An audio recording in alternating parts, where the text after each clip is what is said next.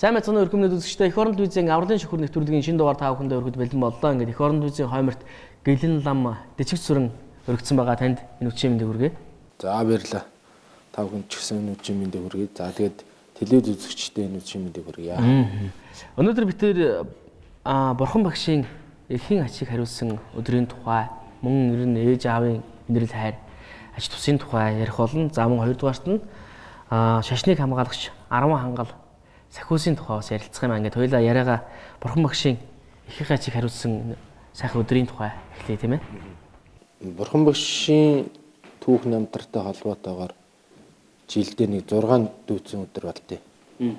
Адир 6 дүүцэн өдөр нь ямар 6 дүүцэн өдөр вэ гэвэл за хаврын сарын шинийн 1-ээс 14-ний хооронд 90 хувилгаан үзүүлсний их дүүцэн өдөр гэж.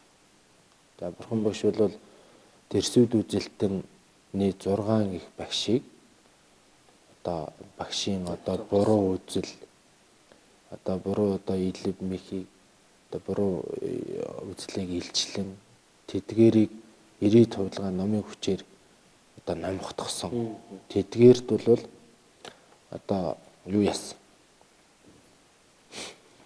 Одоо гэгэрлийн үнэн мөрийг одоо намлсан өдөр.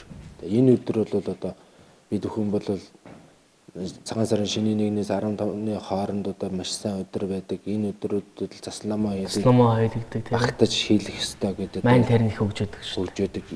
Одоо буян бол нас барсан хүнийхээ араас майн эзэм өрөөл уншуулдаг гэж одоо жаньсан байгаа. Ийм учиртай юм аа. Тэгээд энэ өдрүүд бол одоо маш их буянтай. За хоёр дахь дүүцэн өдөр нь бол хаврын эхийн сарын шинийн 15-нд лагшин мэндэлсний дүүцэн өдөр болдог. За энэ нь бол бурхан багшийн мэндэлсэн өдөр байгаа.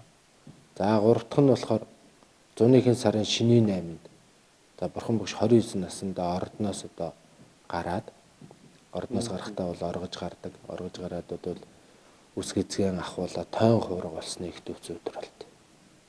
Түүний дараа зуныхийн сарын шинийн 15-нд бид бүхэн мэддэг.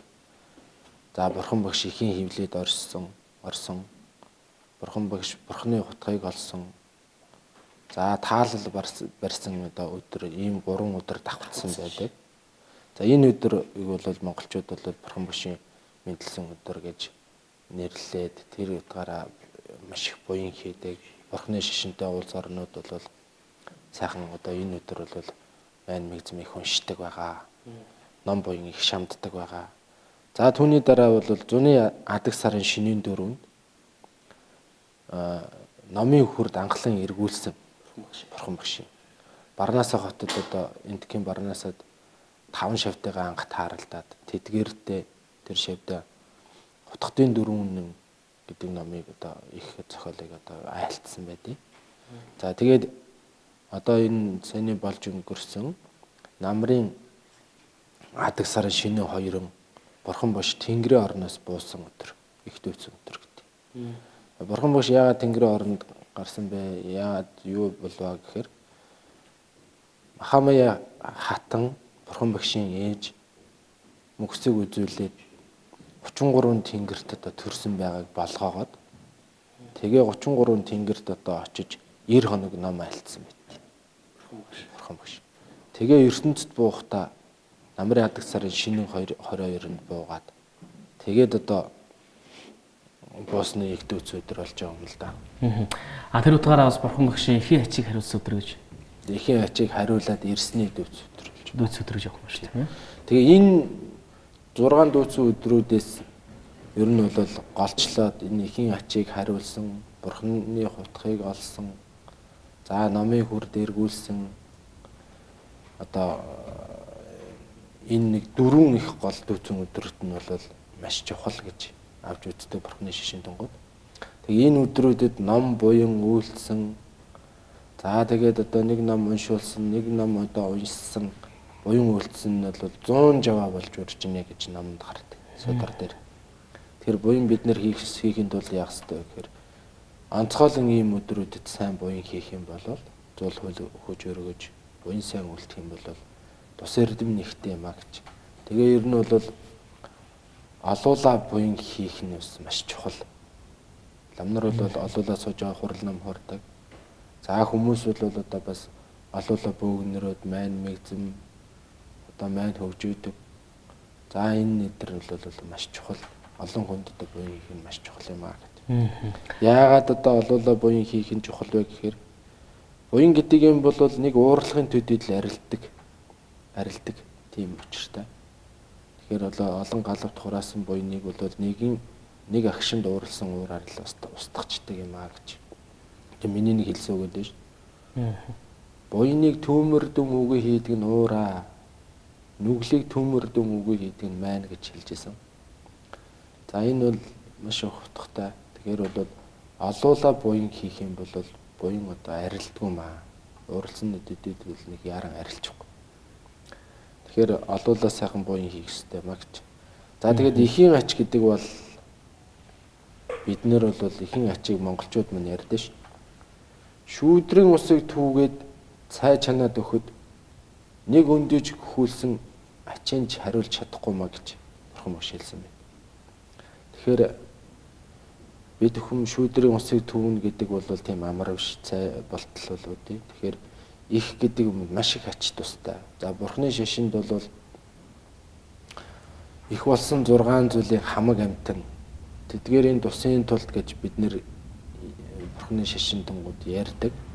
Тэр нь одоо төдийлөн хүмүүс их болсон 6 зүйл гэхээр ойлгодгүй байж магадгүй зарим хүмүүс. Тэгэхээр тэрийг жахан задлж ярих гэж бодож байна. Их болсон 6 зүйл гэдэг маань ийм юм. Бид бүхэн ер нь сэтгэлийн 5 хороос болоод Нисвансын 5 хорч гэж ярьдаг. Одоо 84 мянган муу сэтгэл гэж байдаг. Тэр муу сэтгэлээс болж бид хүн тэргүүлшгүй, эхлэшгүй цагаас өнөөг хүртэл энэ орчлон дээр төрсөн байдаг. Тэгээд энэ орчлон дээр 6 төрлийн амьтан байна гэж байна. Тэнгэрийн орны амьтан байна, асуур байна, хүм байна. За тэгээд адгуус, там, бэрд. Энэ 6 төрөл амьтан бүгд бие биендээ ихүр олж төрж исэн байдаг. Тэгэхээр амьтан бүгд одоо яах нь амьтан бүгд бие биендээ ихүр олж төрж исэн бол амьтан бүгдийг их шигэ санах хэрэгтэй маа гэж бурхан багш айлцсан. Тэгэх юм бол одоо жинхэнэ одоо бурхны шашин юм аа. Амьтан бүгдийг хайрлах чадхал юм бол жинхэнэ бурхны шашин юм аа л гэж. Тэгэхээр бид бүхэн бол өөрийн их бол ачтай юу гэвэл ачтай. Тэрний ачийг санаж гүйцэшгүй. Тэгэхээр бол өөрийн их 10 сар одоо хөвлөдөө тэн. За гараад ирэхээр нангар уурган хөхүүлнэ. За нус хамар амн битүүрн, амаараа сорно. Түүний дараа баад шээн, түүнийг бол гараараа хүртэл одоо барьдаг. Тийм одоо үрийнхаа төлөө бол их хүн гэдэг юм бол бүр хамаг юма зориулдаг. Тийм чухал. Тэр бол одоо их хүмүүс бол одоо мэдж байгаа. За тэгээ залуучууд бид нар бол одоо их гэдэг юм бол сайн бодож болгох хэрэгтэй.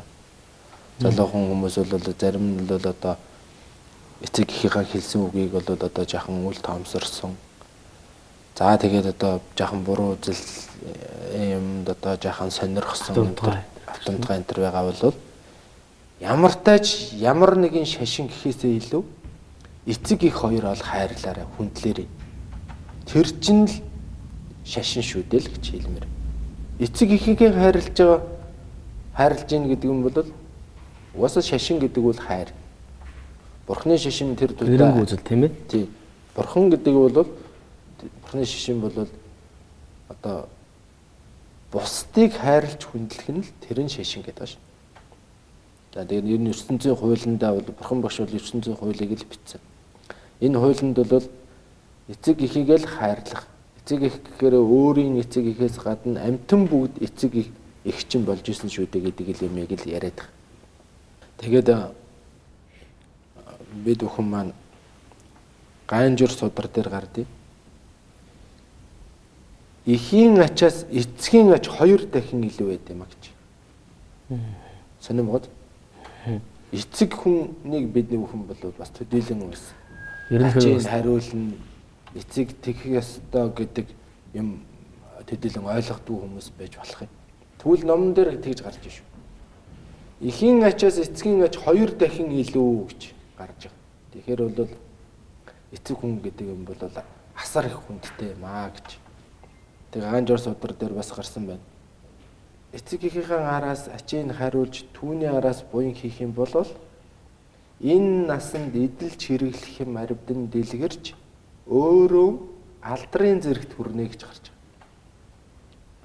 Тэгэхээр бид хүн бол эцэг эхийгээ хайрлах, эцэг эхийгээ хүндлэх, за эцэг их маань мөн хүсийг үзүүлсэн бол тэдгээрийн араас одоо энэ буян үлдэж дүүцэн өдрүүдийг тохиолдуулахаас гадна өдөр бүгд л сайхан араас нь майн унших хэрэгтэй шүү дээ. Би ярьдаг шүү. Майн гэдэг бол майны 6 үсэг гэдэг бол майны бадмихум гэдэг 6 үсэг бол Бурхан багшийн 84 мянган номын хураангуй юм шүү дээ л гэж. Тэгэхээр Бурхан багшийн зохиосон бүгд номыг энэ 6 үсгэнд багтаж шингэсэн байна. Энэ 6 үсгийг бол одоо сайн унших хэрэгтэй. Энэ саяны одоо энэ эхийн ачийг хариулсан энэ дүүцэн өдрүүд ер нь өдрөө болгон майныг сайн унших хэрэгтэй. Бид нар нэг л буруу юм ойлгоод байдаг. Би түрүүний нэвтрүүлэг дээр шилжижсэн. Умманы бадмихум гэдэг тарныг хүн нас барахаар л уншдаг гэдэг ойлгоцсон байна. Ер нь тийм ойлголт ерөөхдөө сүүлийн үеийн залуучууд бол тогтсон байгаа шүү дээ. Хүн нас барахаар уншдаг гэсэн. Энэ чинь бол жинхэнэ мунхаглал шүү. Энэ бол одоо жинхэнэ үнэмлэхүү энэ 6 үсгийг л одоо уншиж чадах юм болов. Тэгэхдээ уншихтаа учир их байгаа шүү дээ. Түрүү ярьсан.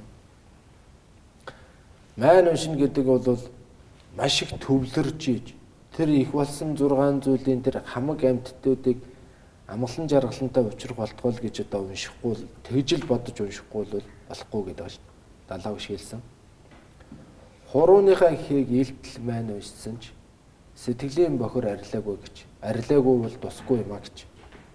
Сэтгэлийн бохор гэдэг маань зөвхөн өөрийгөө бодоод зөвхөн ах トゥ нарыг бодоод зөвхөн одоо хамаатан сантаа бодоод унших юм бол тус эрдэмэнд гарахгүй шүү дээ. Их болсон гэдэг чинь амьтан бүгд их болсон байна л гэж. Гадаагүйжваа нохоо хүртэл одоо хідэн төрлийн өмнө хідэн галвын өмнө бид нэр их болж исэн байна л гэж тэр нотлоод байгаа. Үнэхээр одоо эхийн ачийг бол хариулж баршгүй юм аа.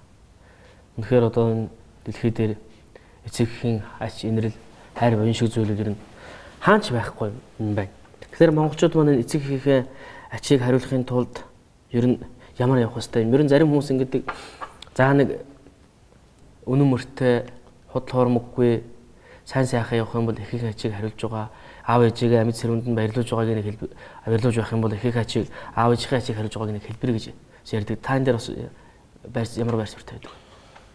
За ер нь бол их эцгийн ачийг бол хариулна гэдэг бол эцэг эхийн асарч дээдлэхээс гадна өөрөө сайн явах хэрэгтэй. Өөрөө сайн явна гэдэг маань баян чинэлэг явахыг хэлж байгаа юм биш л дээ. Өөрөө сайн явна гэдэг нь бусдад тустай. Бусдад одоо тустай юм хийгээд өөрөө одоо элдв зүйлийн яриа хэлэнд орохгүй, элдв зүйлийн одоо муу юм нэр зүүхгүй.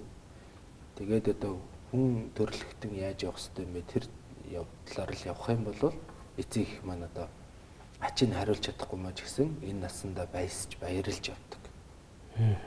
Тэгэхээр бол бид хүн бол эцэг эхийн хаан ачийг хариулъя гэж бодож байгаа хүмүүс бол өөрөө зөв явах хэрэгтэй маа л гэж боддоо шүү дээ. За эцэг эхийн хайр нэрэл бурхан багшийн эхийн ачийг хариулсан төрөх дүүцүүдийн тухай бол үзэгчтэй бас тодорхой мэдээллийг бол өглөө гэж ойлгож байна. Шашныг хамгаалагч 10 хангаал сахиусийн тухай. Тухай та юу хэлэх үү? Ямар сахиусууд байна? Ямар юу нь бас онцолж дурдвалс ямар сахиус байх вэ? За шашныг хамгаалагч 10 хангаал сахиус гэж байдаг. За тэрэнд бол одоо очирван гэдэг одоо бид бүхэн мэддэг. Очирван бурхан бол Монголыг дааж авсан бурхан гэж ярьдаг. Тэгээд очирван бурхан байж гин. Түүний дараа жамсран байж гин. Түүний дараа бол одоо жигжид гэдэг сахиус байж байна. Түүний дараа бол одоо гомбо тийм үү. гомб байж байна. Түүний дараа лам байж байна. Түүний дараа чойжо, цамб, шалш, гонгор, намсраа гэсэн одоо сахиусууд байж байгаа. Тэгээ энэ бүгд бол шашныг хамгаалагч, шашны одоо цагаан зүгийн одоо зөв бодолтой зөв хүмүүсийг одоо тэтгдэг тийм сахиус л да. Аруулаа юм. Аруулаа ер нь бол одоо жишээ нь бол жамсран гэхэд бол жамсран бурхны сахиусыг бол одоо 1911 онд Богдлам маань энэ одоо цэргийн яамд одоо сахиус болгож одоо залж ирсэн. Тэгээ одоо энэ жамсран сахиусыг бол цэрэг цагдаагийн одоо хүмүүс бол энэ сахиусуудыг дахиж шүтчихсэн уламжлалтай ярьсан л дээ. За тэгээд ер нь бол гонгор гэдэг сахиус байдаг. Гонгор сахиус бол ер нь хүсэл биелүүлдэг. 6 матартай тийм одоо тогшин дүртэй заан дээр одоо зогссон тийм одоо цагаан дүртэй бурхан сахиус байдаг. Хүсэл биелүүлэгч. Тий. Тэгээд энэ бол эд агуурсыг бол тэтгдэг. Одоо бид бүхэн бол одоо нэг жаахан улс орн маань нэг жаахан эдийн жаахан тэнгэр одоо эд жаахан мөнгө төгрөг хэрэгтэй байна. Улс орн жаахан өртөө байна. Эдийн засаг хүнд байгаа үед бол энэ үед бол гонгор сахиусыг одоо сайн одоо дахиулж түүний доримплыг одоо маш сайн олон уншуулах хэрэгтэй юм болов гэж боддтой. Ер нь бол гонгорын доримплыг багш маань ярьж ирсэн. Дээр үед нэг нэлээд ядуу тойм байж тэгээд тэр багшаасаа хэлсэн байна л да. Багш ер нь энэ насанд одоо ном эрдмийг нэлээд одоо үзлээ. Тэгээд эд агуурс бол одоо яахан хамс байна. Яавал зөх ёстой вэ гэж. Яа тань. Тийм багшаасаа асуусан. Тийм. Тэгээд за чи гонгорын доримплыг маш олон тоолдооч гэдэг хэлсэн. Тэгээд тэр гонгорын доримплыг маш олон тоолсны буйнаар тэр их эд агуурс бүр илэгдэлэг болсон. Байд. Магадгүй бол одоо улс орон хэцүү юм чи сангийн яам маань бас нэг гонгор сахиусыг бол нэг залхах төр нь бас боротохгүй юм байна те. Гонгор сахиусыг залхахаас гадна ард түмэн маань өөрсдөө гонгорын доримплыг сайн уншуулчих хэвээр. Ер нь төрөг гэхээсээ илүү өөрсдөө бид өөрсдөө иргэд маань өөрсдийнхөө буйныг сайн хариуцуулах хэрэгтэй маа. Ер нь буян гэдэг юм бол буян нүглийн ялгааг л таних хэрэгтэй. Буян гэдэг юмыг л байх юм бол аяндаа ажил улс бүтээд эд агуурс харивж байна. Нүгэл байх юм бол одоо хичнээн өндөр боловсралтай байсан ч хичнээн их өв хөрөнгө залгамжилж авсан ч хичнээн өндөр цалинтай байсан ч гэсэн юм тогтдгүй гарлаг гараад байдаг. Тэгээ буян гэдэг нь тэгвэл юу юм бэ гэхээр л буян гэдэг чинь л угаасаа сайхан сэтгэл. Нүгэл гэдэг чинь л одоо сэтгэлийн бохор юм шүү дээ л гэж. Тэгээд бол одоо тийм байдیں۔ Тэгээд эд агуурсыг бол жаахан бид бүхэн улс орондоо жаахан хариуцах. Бид улс нийгэм жаахан эд агуурсыг жаахан хариуцахыг гэвэл бол одоо гонгор сахиусыг сайн шүтэх хэрэгтэй маа гэж. Тэгээ эдээ хариуцуулахын тухайд бол олон зүйл шалтгаална л да. Нэгдүгээр буян байна, хоёрдугаар сахиусуудыг дахиах хэрэгтэй байна, гуравдугаар зул өргөсний буйнаар маш их буян байд. Эд бас хариуцдаг. Бас бид бүхэн маань одоо нэг шашин гээл зул өргөхөөр л зөвхөн бурханд л өргөөл тийм үү айлсвал нас барсан хүн нас барахаар л зул өргөдөг гэдээ ойлгоцсон. Өргөх үү гэвэл өргөдөг. Гэхдээ зул гэдэг юм чинь энэ ертөнцийн мунхын харанхуйг арилгагч шүү дээ. Тэгэхээр бол зул өргөх чинь маш чухал. Би нэг энэ дээр нэг жижигхэн бэ яриа гэж бодож байна. Энэ одоо нэг амар баясгалан хийдэд нэг нэлээд ядуу лам байч бас. Тэгээ тэр лам бас одоо нэлээд хөгшөрсөн хойно лам болоод амьдрахын эрхэнд лам болж ил дээгүүр. Тэгээд тэр ламд юу яач? Нэг багшчаа ороод ном үзтээ тэгээ байж идэл одоо жаахан бас л ид жуух юм илэгдэлэг биш жаахан хомс байх хомсхон байж. Тэгээ бүр багш дээр очиж би одоо ингээд хэцүү байна аа. Хэцүү ядуу байна. Яавал одоо нэг энэ насыг бартлаа одоо илвэгдэлэг идэж уух юмар илвэгдэлэг байх юм болоо гэж багшаас асуусан. Тэгээд багш нь хэлж. За чи амьтан хүнээс гуугаад нэг жаахан нэг зулын шаартаас олоод ир гэж хэлээ явуулсан байна. Тэгээ нөгөө лам маань яваад нэг жижигхэн яг нэг амьтнаас одоо зулын шаартаас олоод ирсэн. Тэгээ олж ирээд багштай өгсөн чинь нэг томхон голт цөгцөнд зул хийгээд. Нөгөөх нь багш нь өөрөө голыг ороогоод өөрөө зутгаад за энэ зулыг ингээд авчиад одоо богд ламд одоо залбираад одоо ингээд өргөө. Тэгээ энийг өргөснийхөө одоо сайн мөрөг. Тэгээд 2 өдөр мөргөөд зулан ч одоо 2-3 өдөр ассан биз. 2-3 өдөр мөргөөд ядраа сулдаад тэгээ болохгүй болохоор за да харъя гэд явж ичилдэ. Гэрлэгөө явж исэн чинь замд нэг найз нэг таньдаг хүн тааралдаад танаад одоо мөргөлчд ирсэн байна. Тэгээд одоо гэж хэлсэн. Тэгээ очисон. Тэр ламд одоо баахан эдэн ундаа бэлдээд ирсэн. За тэгээд одоо бас нэг ном зам уншуулаад гэж явсан. Тэгээ явсан. Түүний дараа нэг тэр хавьд нэг их баян хүн байж байгаа сүлдийг галзуурсан байна л да. Балаараад. Тэгээ тэр хүн тэгж хэлсэн гэл. Тэгээ амар баясгалын хийдэнд тэр лувсан гэдэг лам байгаа. Тэр ламд л миний хойдохыг өгөөр. Тэгээ өөр хүнд л өгөөд хэрэггүй шүү гэж хэлээд захиад өөрөө мөксөг үзүүлж. Тий. Тэгээд тэр лам дээр нь тэр нэг хүний хэлснээр ингээд яваад ирсэн чинь нөгөө нэр нь яг таарад тэр лам болж таарсан. Тэгээд лам дээр очиод одоо хойдох нь ингээд барь гэсэн чинь би бол одоо хойдох барьдаг лам биш юм аа. Би барьж чадахгүй. Гэхдээ одоо танд л одоо барь гэсэн танд л барьмаар таал ингээд одоо авч үзэх гэдэг. Тэгээд би тэгвэл багшаасаа асуучаад ирээ та нар байж гэж хэлээд явсан. Тэгээ багшаасаа асуусан очиод багш нь за яг авчих. Би тэгээ болгоё гэж. Тэгээд одоо хэлсэн байдیں۔ Тэгээд тэр бол нэлээ нэг насанд одоо идээд барахааргүй тийм хөрөнгөтэй болж байсан гэдэг. Тэгээд зул хүж сайн өргөх ёстой. Арц үз сайн уулгах ёстой. Арц сайн уулгах ёстой. Ер нь бол тэгээд бурхан багш хэлсэн шүү дээ.